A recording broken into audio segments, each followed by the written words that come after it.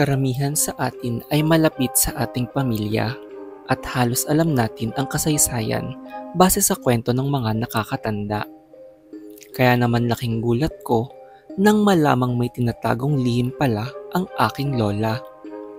Ako si Maymay at ito ang aking kwento. Kung saan napag-alaman kong buhay pa pala ang kambal ng aking lola Bianca na akala naming matagal nang patay. Ito ang kwento kung saan nakilala ko sa hindi inaasahang pagkakataon si Lola Cora na nababalot ng kababalaghan ang nakaraan. Nangyari ang aking kwento nung panahon na umuwi galing ibang bansa ang aking mga magulang at nais bumisita ni Lola Bianca sa Maynila. Ako ang nagpresenta magbantay sa kanyang bahay habang ilang linggong mawawala pansamantala si Lola. Noon pa man ay malapit na ako sa aking Lola Bianca simula nang nangibang bansa ang aking mga magulang. Siya ang nagpalaki sa akin at pinuno niya ang aking kabataan ng kanyang mga kwento tungkol sa kanyang pamilya nung siya ay bata pa. Ayon kay Lola Bianca ay ang tirahan nila ay bahay na nila simula nang siya ay bata pa kasama ang kanyang kambal at mga magulang.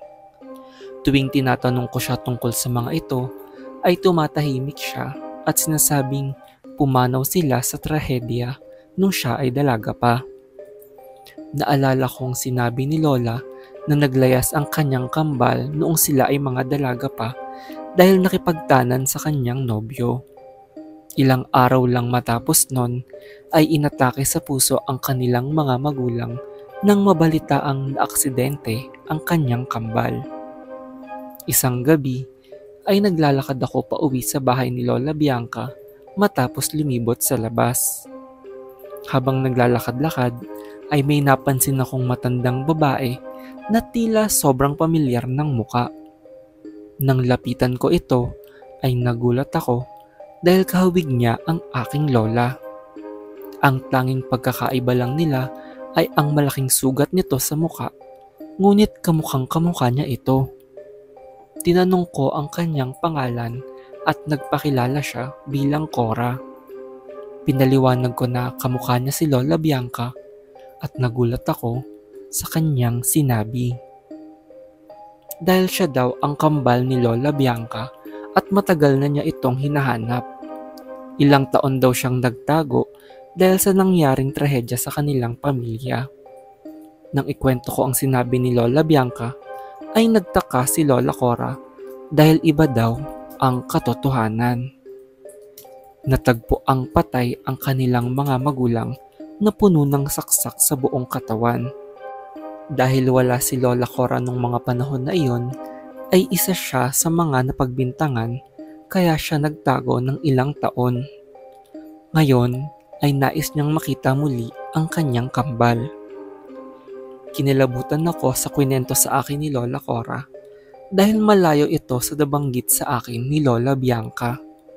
Dinagdag pa ni Lola Cora na pinaghihinalaan niyang may tinatago si Lola Bianca sa tunay na nangyari nung gabing namatay ang kanilang mga magulang. Tinanong ako ni Lola Cora kung alam ko daw ba kung saan nagmula ang kanyang sugat sa muka. Dahil may tinatagong pagkabayolente daw si Lola Bianca nung sila ay mga bata pa. Binalaan niya ako tungkol kay Lola Bianca at sinabing tanungin ko ito pag nagkita kami. Hindi ako makapaniwalang natagpuan ko ang nawawalang kambal ni Lola Bianca at hindi pala totoo ang mga ikwento niya sa akin. Naisip kong nais kong paniwalaan si Lola Bianca, ngunit ang pagpapakita ni Lola Cora ang patunay na matagal na itong nagsisinungaling. Doon ako nagkaroon ng pagdududa sa lola kong nagpalaki sa akin dahil hindi ko alam kung ano pang mga lihim ang tinatago niya o kaya pinagtatakpan. Kaya naman naisipan kong alamin sa mga lumang balita ang tunay na nangyari noon. Nahanap ko sa lumang dyaryo na totoo ang sinabi ni Lola Cora na namatay ang kanilang mga magulang matapos matagpo ang puno ng saksak sa buong katawan. at nakalagay sa dyaryo ang litrato mismo ni Lola Bianca bilang sospek. Naisip kong si Lola Bianca iyon dahil walang sugat sa muka ang pinakitang litrato at ayon kay Lola Cora ay mga bata pa sila nang siya ay nagkaroon ng sugat sa muka. Nangilabot ang aking buong katawan dahil naisip kong hindi ko tunay na kilala si Lola Bianca.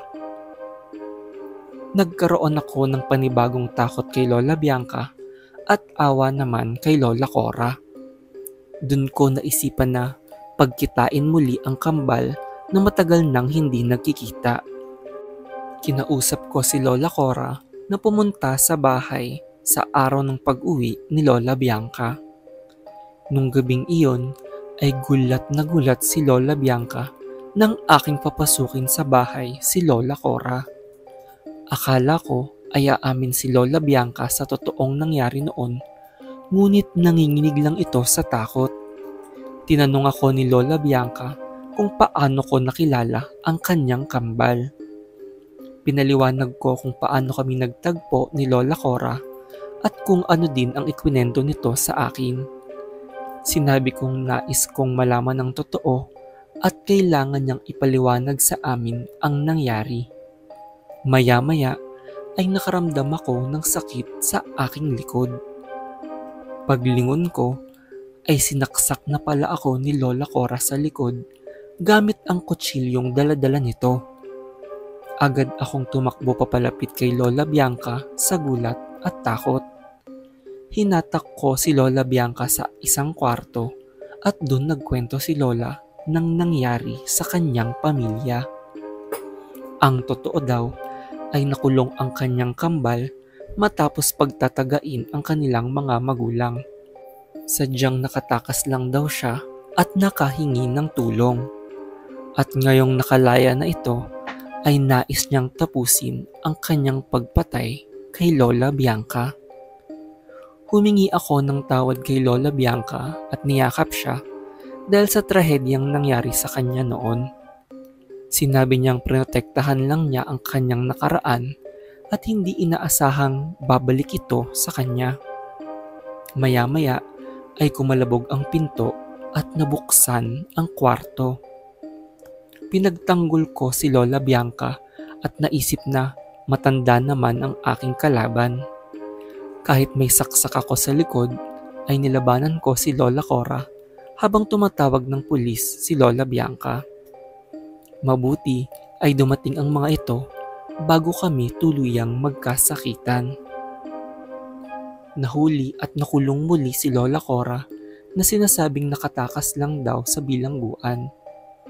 Humingi din ng tawad ang mga pulis dahil hindi nila nasabihan ng aking lola at sa paggamit ng maling litrato noon sa kanilang investigasyon. Ngayon ay tahimik na ang buhay naming maglola at lagi ko siyang sinasamahan tuwing wala ang aking mga magulang. Naging leksyon na din sa akin na mas maging mapagtiwala sa aking matagal na kakilala kaysa sa estranghero sa aking buhay. Nabawasan na din ang pagiging malihim ni Lola Bianca at binalikan na namin ang kanyang nakaraan kahit gaano pa ito kalungkot. Mas naunawaan ko ang aming pamilya at mas nagbunga ang aming relasyon na mas naging malapit sa isa't isa.